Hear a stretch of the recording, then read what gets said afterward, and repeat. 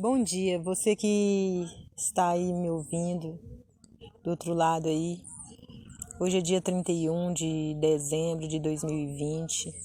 Estou aqui no monte, de manhã e depois de orar, interceder por toda a nação, pelo Brasil, pelo mundo, pelas famílias, pelo povo brasileiro, a igreja, nós todos, E nossa família, nossa casa.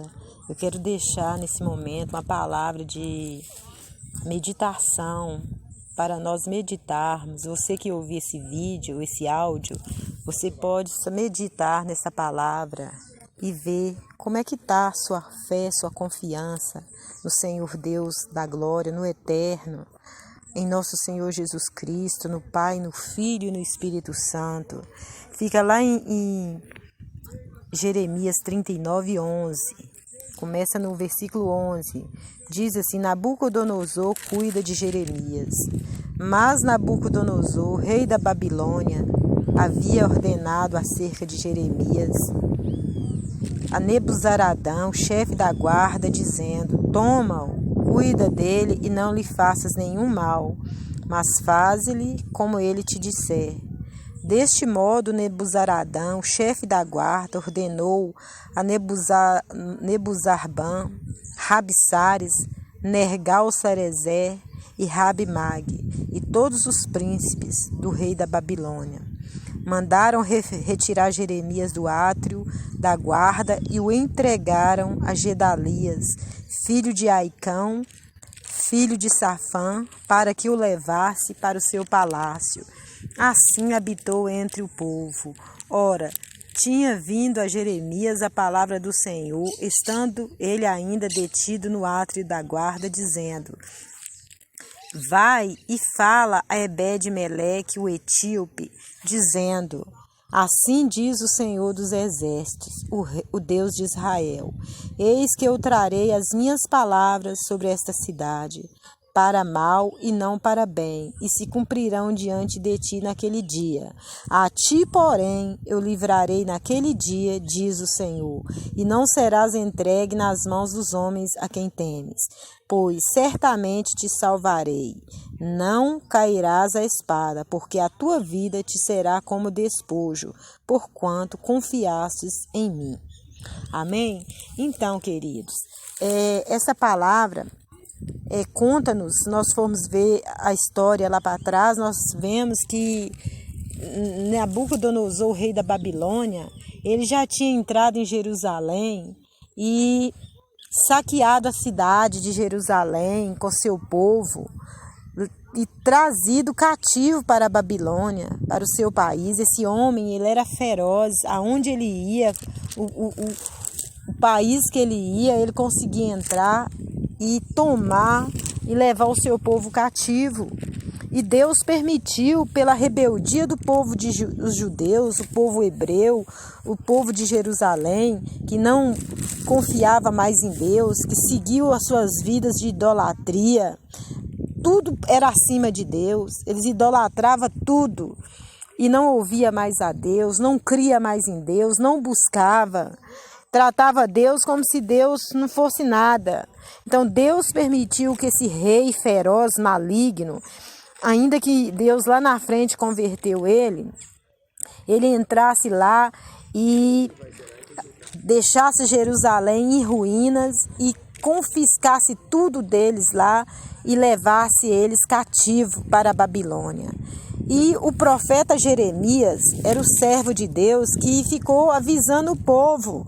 Deus mandava falar para eles: convertam, vocês estão em pecado, volte para mim.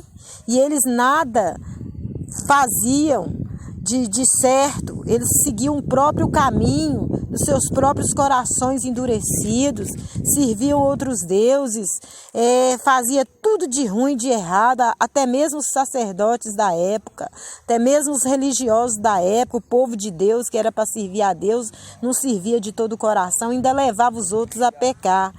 Então, Deus permitiu que esse rei entrasse e levasse todo o povo de Jerusalém para o cativeiro em Babilônia. E Jeremias foi com ele, o servo de Deus. Chegando ali naquela situação, Nabucodonosor, Jeremias estava com ele, e Nabucodonosor então deu uma ordem para o seu chefe, o chefe do seu exército, o chefe da guarda, que era Nebuzaradã, dizendo, aleluias, dizendo, toma-o, cuida dele, e não lhe faças nenhum mal, mas faz-lhe como ele disser, como ele te disser. Então, Jeremias, Deus foi com Jeremias e usou aquele homem para cuidar de Jeremias, usou o inimigo para cuidar de Jeremias. Olha para você ver como é sério as pessoas que afastam de Deus e desvia de Deus e trata Deus como qualquer coisa. Né? Jeremias era um homem temente, fiel a Deus, que alertava o povo, e Deus usou aquele homem para livrá-lo, né? das atrocidades que o povo já estava passando. Então, o que Deus quer que nós entendamos hoje? Que nós temos que buscá-lo, ser sinceros com ele, livrar-nos de tudo aquilo que nós temos idolatrado, tudo aquilo que nós temos colocado à frente de Deus, né? Nós não somos nada sem Deus, não. Então, que nós livremos disso e busquemos ele de todo o coração, porque em meio a tanta luta, tanta tribulação, a tudo que está vindo, ele vai nos guardar, ele vai nos proteger, como protegeu Jeremias. O povo já estava no cativeiro, estava lá sofrendo as agruras de tudo que estava acontecendo, mas Jeremias, o servo de Deus, Deus usou o próprio inimigo para cuidar dele. Olha para você ver, quando a gente teme a Deus, busca a Deus de todo o coração, né, procura fazer a vontade de Deus, Deus usa a própria situação negativa para nos abençoar, para nos tirar, ser favorável a nós. Então, queridos, e aqui fala que eles levaram, os príncipes do rei da Babilônia, os príncipes de Nabucodonosor, mandaram retirar Jeremias do átrio da guarda e o entregaram a Gedalias, filho de Aicão, filho de Safã, para que eu levasse para o seu palácio. Assim habitou ele entre o povo. Olha para você ver o livramento que Deus deu. Deus deu um grande livramento a Jeremias, por ele ser o quê? Fiel a Deus. Então não é à toa que Deus me deu essa palavra aqui no monte. Eu estou em oração, em jejum, para honra e glória do Senhor, que eu não sou nada.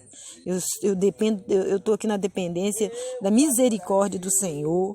Então essa palavra não veio à toa para nós, veio para que nós venhamos a crer. Se a gente estiver fazendo alguma coisa errada, estiver nos caminhos errados, a gente volta para os caminhos do Senhor. A Bíblia fala, lembra-te de onde caíste, arrepende-te e volta, né? E segue na fé o Senhor. Então, queridos, para que nós venhamos olhar, analisar nossa vida, e se a gente estiver fazendo errado, procura a Deus, o direcionamento do Senhor, né? O que eu estou fazendo de errado, meu Deus, me mostra, eu vou, com a sua ajuda, fazer o que é certo. Então eles levaram Jeremias para ficar no palácio, enquanto o povo, os rebeldes, enquanto os afrontadores de Deus, aqueles tantos cristãos afrontadores que queriam andar só segundo o seu coração, e os demais que não criam, estava tudo lá no cativeiro. E Deus, Jeremias, que crê a Deus, Deus usou o próprio inimigo para ser favorável a ele. É isso que Deus quer fazer conosco, irmãos. Então aqui, e lá no palácio de Gedalias, onde Jeremias estava, Deus continuou usando o profeta, falando com ele. Ora, tinha vindo a Jeremias a palavra do Senhor, estando ele ainda detido ao átrio da guarda, dizendo: vai e fala a Ebed-Meleque, o etíope, dizendo: assim diz o Senhor dos Exércitos, o Deus de Israel, essa cidade assim diz, eis que eu... Amém. Assim diz o Senhor dos Exércitos, o Deus de Israel: eis que eu trarei as minhas palavras sobre esta cidade para o mal e não para o bem, e se cumprirão diante de ti naquele dia. A ti, porém, eu livrarei naquele dia, diz o Senhor, e não serás entregue nas mãos dos homens a quem temes, pois certamente te salvarei, e não cairás a espada, porque a tua vida te será como despojo, porquanto confiaste em mim. Então, amados, Jeremias lá no palácio já, né? Deus falou para ele, Deus contempla os fiéis da terra. A Bíblia diz que os olhos do Senhor passam sobre a terra, procurando os fiéis para abençoar. Como Jeremias era fiel, Deus livrou ele lá, cuidou dele, usou o próprio inimigo para ser favorável a ele. E lá Deus ordenou a Jeremias também, ó Jeremias, vai a Ebed-Meleque. Ebed-Meleque era um etíope que confiou no Senhor, que guardou um bocado dos profetas de Deus, serviu a Deus no meio daquela tribulação toda, no meio dos rebeldes, foi fiel e confiou no Senhor. Então o Senhor também estava contemplando ele lá naquele outro, na vidinha dele lá, na situação que ele estava, ele sendo fiel a Deus. Deus vai e mostra a Jeremias, vai lá Jeremias, e fala para Ebed-Meleque que eu vou tratar com esse povo. O mal que eu falei que vai vir sobre esse povo, mas eu vou cuidar dele. Eu vou livrá-lo naquele dia, diz o Senhor.